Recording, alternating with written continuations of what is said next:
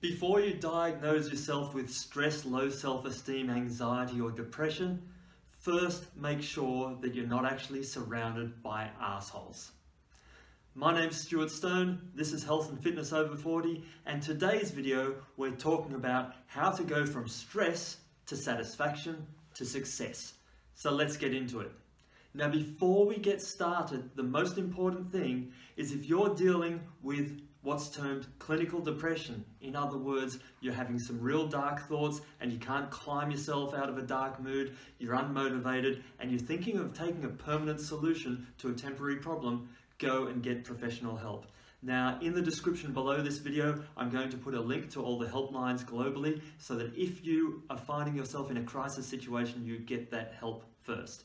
Now, if you're like the rest of us who have situations where we're anxious, stressed out, angry, depressed, frustrated, and they're transient, watch the rest of this video because we're going to talk about the helpful tips that you can apply in your day-to-day life to reduce your internal stress and also to reduce the external stress around you so that you can take control of your life and, like I said, go from stress to satisfaction to success. So let's start off with what is stress. Now, this is not a dictionary definition, this is not a medical definition, this is probably the single best practical definition that I've ever seen of stress, and it's this one. Stress is the conflict that arises when your brain overrides your body's basic desire to choke the living shit out of someone who thoroughly deserves it. So let's look at this from a practical point of view. Do you ever have situations where you want to jump up and just smack someone in the mouth or run screaming from the room because they're driving you to despair? Now, neither of those responses is very socially acceptable. If you smack someone in the mouth, hey, it's a good way to end up grabbing your ankles in jail or at least get up on assault charges or get yourself removed from the family home or loads of other horrible things, get your ass fired, that sort of thing, that you don't want, you don't need in your life. In fact, that's going to contribute to your stress and your bad situation as opposed to alleviating it and moving you towards satisfaction and success. It's also not appropriate to run screaming from the room. You'll get treated like a nut job, and also, more importantly, you won't be handed any positions that require responsibility moving forward into the future. So neither of those responses are very appropriate. So what can you do in the moment? Now, my mum, my grandma, when I was a little kid growing up, and you'd have the usual stress and rough and tumble shit that kids do, and you get into a situation where you have a bit of biffo or you're having a situation where you're stressed out, not able to relax and deal with the thing positively, the first thing my mother and my grandmother would say is count to 10. Remove yourself from the situation, count to 10. And I'm like, yeah, that's nebulous information at best, but you know what? There's a lot of research that supports it, and it goes like this. Counting to 10 was give yourself a chance for your cortisol levels, your stress levels to lower down, and for your body to then go into a more productive, resourceful state. Well, what the research shows us now is that 6 deep breaths is what's required to do this. In other words, the fact that you're breathing in deeply and out for 6 deep breaths does a number of things. Number one, it changes your brain waves and your brain chemistry. Number two, it lowers your cortisol levels, it lowers your adrenaline or your epinephrine levels, so that you're now not reacting from an emotional point of view because your body's gone out of that fight, flight, fright state and allows you to become more resourceful. And number three, it balances out all of that hormone and gives you time to think. So the research is very clear on that, and it takes 6 deep breaths. And from a practical point of view, I fully understand why cigarette smokers go and have a break pretty much every hour on the hour, because when you drag on that cigarette, you're taking a deep breath in and then you're exhaling fully, you're calming down your physiology before you even deal with the effects of the nicotine, the pot, or whatever else. So think about this one. If you're a cigarette smoker and you want to stop, make sure you go and take time to actually breathe deeply, de-stress, balance your brain chemistry out, and return to normal. So that's tip number one. 6 deep breaths, lock it in there. But also, more importantly, instead of waiting until you get to the crisis level before you take those 6 deep breaths, start applying some form of mindfulness or meditation where you get away for 5 minutes at least. Everyone's got a spare 5 minutes. It might even mean going and sitting on the can, or just taking a bit of time out where you sit, relax, tune out, and just breathe.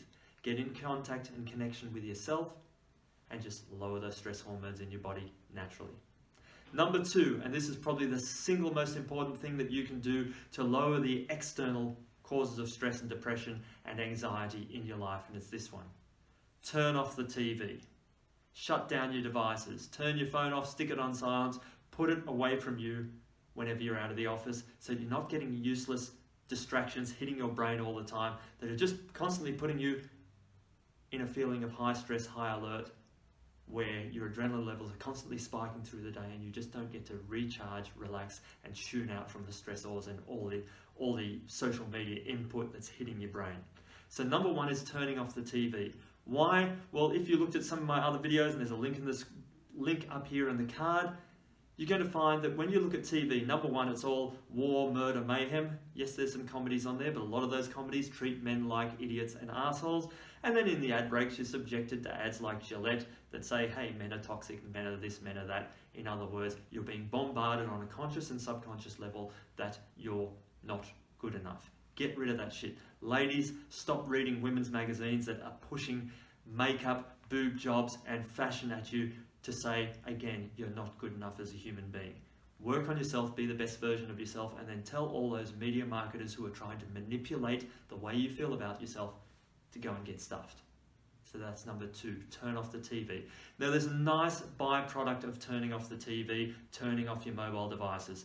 Number one, you either get some quiet time for yourself, or you also start interacting with the people around you again. So either way, it's a win-win. The other benefit of turning off the TV is you've now freed up your time, and that brings us into number three. Get more sleep, get more rest. So if you turn off the TV and you cut away that addiction to those moving pictures on the screen that are just allowing you to tune out and use it as escapism, turn that crap off, you now have more time to sleep, to rest, to recharge. If you want to balance out your hormones and recharge your body, the single best way to do that is get a good night's sleep. So breathe, mindfulness, tune out, meditate, relax, interact with the people you love and care about, and get a good night's rest. That's massive. Which brings us on to our next point. Take control of your health and well-being. So there are dietary things, in other words, things you can put into your body on a day-to-day basis that has been proven in the literature to lower your stress levels and elevate your mood hormones. So what are they? Well, vitamin D, or if you're in Britain, vitamin D. What does that mean? That means more sunlight. Now, yeah, we're in Sydney at the moment. In Australia, it's coming into spring, summer, so it's gorgeous and hot and sunny outside. I can get enough vitamin D in about 20 minutes a day. So I go for a 5K walk in the morning. That's a lifestyle I've set up for myself. As long as it's not pouring with rain, I've got my vitamin D hit for the day. You beauty, we're winning.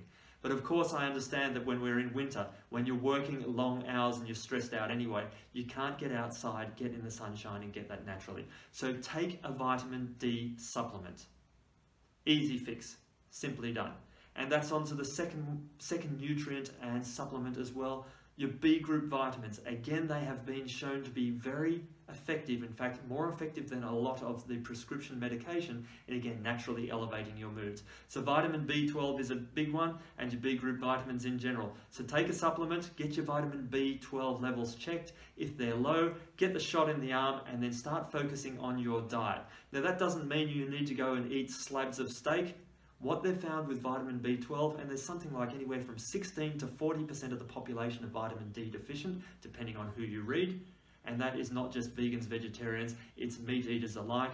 What's happening is our over-sanitized food, in other words, vitamin B12 is produced as a result of microbial interactions around fruit and vegetable and around our food. So when you have putrefactive, that's rotting bacteria, around meat, part of the byproduct of that is the production of vitamin B12, which is why you get it into your body.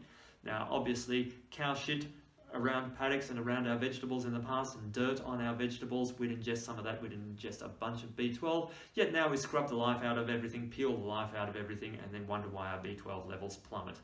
So, mushrooms, carrots, anything that's grown in the ground, get hold of it organically. Don't scrub the life out of it. If it's grown organically and it's not covered in pesticides, hey, leave the skin on. There's so much nutrient density in the outer layer of the skin or the peel of things like carrots and other vegetables and fruits. So if it's appropriate, obviously if you're in Central Asian countries like Bali or Thailand where you're not used to eating the fruit because the water supply and the microbes in that affect your gut, obviously that doesn't apply. But if you're living in first world developed countries where the fruit and vegetables are clean and you can access organic, hey, just grab a carrot, munch on it, Yeah, okay, it might have a bit of dirt on it. Wipe it off. You don't have to go and scrub the life out of it. Eat that stuff. You know, we've got an immune system for a reason. Little kids at age 3 eat dirt. There's no problems for it. In fact, they've probably got a mineral deficiency if they're munching on dirt because they're trying to get it into their body. So be aware of that. Like I said, more fresh fruit and vegetables. Get a vitamin B12 supplement, injections if you need it, if you're really depleted, or just do the oral sprays of vitamin B12. Just build your levels up. Do a dietary as well. Magnesium and zinc, important ones. Again, supplement with those, or get lots of fresh fruit and vegetables. Spinach is great for it, those sort of things. So really, what are we talking about? Let's look at this. Turn off technology. Breathe deeply. Get outside and get some sunlight. Eat more natural fresh fruit and vegetables. What's that really saying? Get away from technology, get back to nature, and spend more time with the people you care about and love. Super important, super powerful, super simple. It just takes a little bit of discipline and dedication, and then you're all over it. And hey, this depression, this stress naturally goes away. Getting out in nature is a big part of that. So that's super important. Let's look again. Take a multi-group vitamin. Again, your diet could be very clean, but if you're stressed out and run down, you're going to burn through those key nutrients more rapidly. So just help yourself out, take a supplement just to top yourself up. Now let's get into the next strategy that you can take control of in your interactions. Now obviously there are what's termed toxic people, or let's just call them arseholes. These are people who may be energy vampires, taking the energy out of you and not bringing any value into your life. So here's a golden rule: cut those people out of your life to the extent that is realistic and possible for you. Now, the reason I say realistic and possible is because some people you can't cut out of your life. But like the TV, the people that drag you down and just absolute energy vampires and leave you feeling drained and stressed out just by their very existence, cut them. If they're not family, cut them out. Now, obviously, like I said, you can't always cut out members of your family or business partnerships where you're needing to interact with these people on a day-to-day. So what do you do with them? Well, you control the interaction, and this is how you do it. So with your family, it's almost a bit Pavlovian, like dealing with Pavlov's dog. Reward good behavior, cut off the bad behaviors. Now, part of that is a very specific and conscious case of establishing healthy boundaries, telling people no and sticking to it so that they start to respect who you are. But with those interactions too, if you've got a whingy kid that just, you haven't, as a parent, you haven't effectively helped them identify the positive and make them resourceful, and they're just coming at you whinging, complaining, bitching and moaning, and it can also happen with a life partner, a spouse. Well, before you cut them away and go through the divorce merry-go-round, which I do not recommend because it's stressful, costs a lot, and rips families apart and is not good for kids, how about you try modifying behavior? Number one, call it out and have an adult conversation. Now, if the other person is not capable of having that adult conversation, like I said, it's a bit like Pavlov's dog. This is what you do. If they come at you bitching, pissing and moaning, change the conversation, change the topic, or just say, you know what, I'm really busy, I gotta go, we'll talk about this later. When they are coming to you with something positive, something useful, something effective, and they're happy and they're smiling, and you're having a laugh and it's a good interaction and it's a positive interaction, give it more attention. Engage, interact, smile, encourage.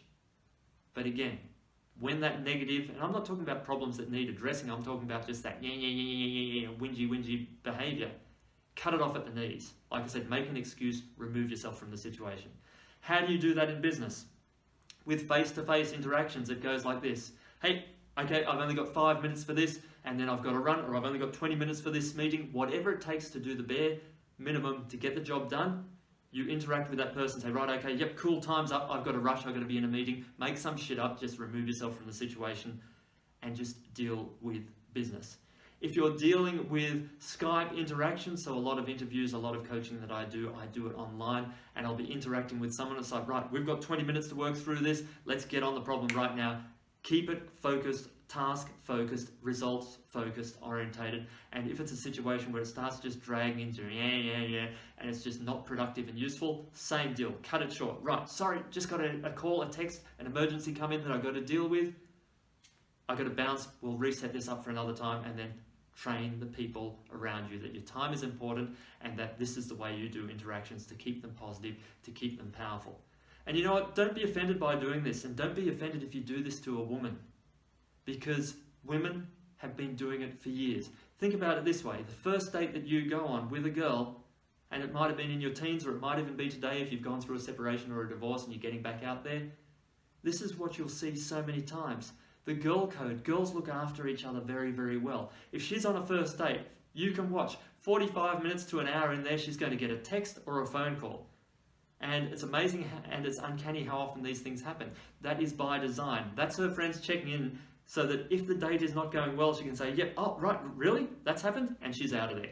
So it gives her a nice, gentle, easy out if the date is going poorly, where she can just go, really sorry, I've got to go and take care of this, I'm gone, nice to meet you, see you later, and then you get ghosted.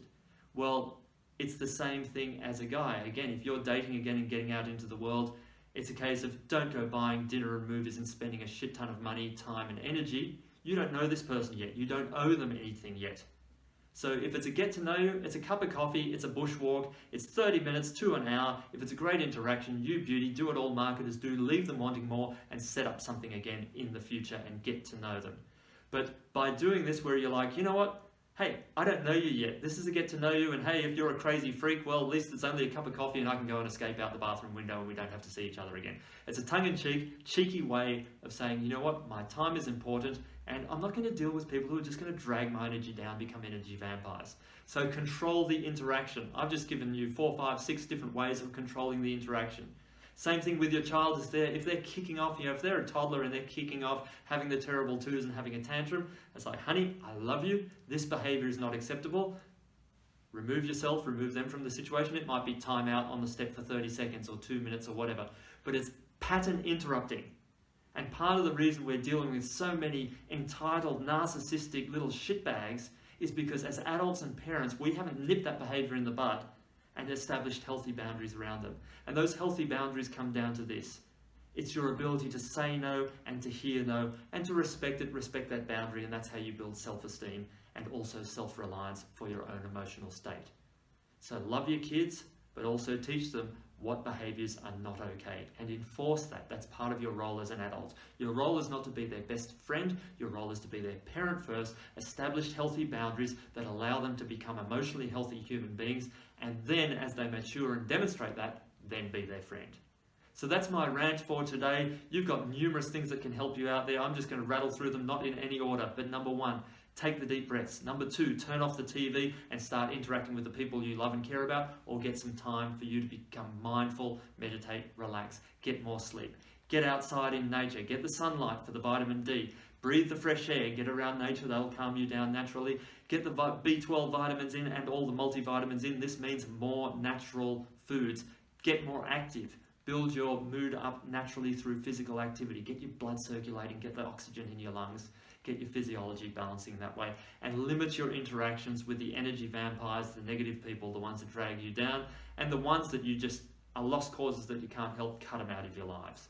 It's all about you. If you cannot look after yourself first, how are you going to be a positive, healthy, well-rounded human being that can interact with other people in a healthful way? So it may seem tough in the short term, but when you nurture yourself, you're now in a position to help others. So that's today's message. Hope it's useful. If it's been useful for you, make sure you leave a comment below, make sure you like, make sure you subscribe, and share this with the people you love and care about. It'll give them a subliminal message to, number 1, respect you, number 2, value your time, and number 3, give them tools to help take control of their own life. And that is exactly how you go from stressed out and where life controls you to having a degree and level of satisfaction where you're taking control of your life, and the knock-on effect of that is a successful, empowered, fulfilling, happy life. From me to you, you're awesome. Keep being the best version of yourself that you can, and I'll talk to you again really soon.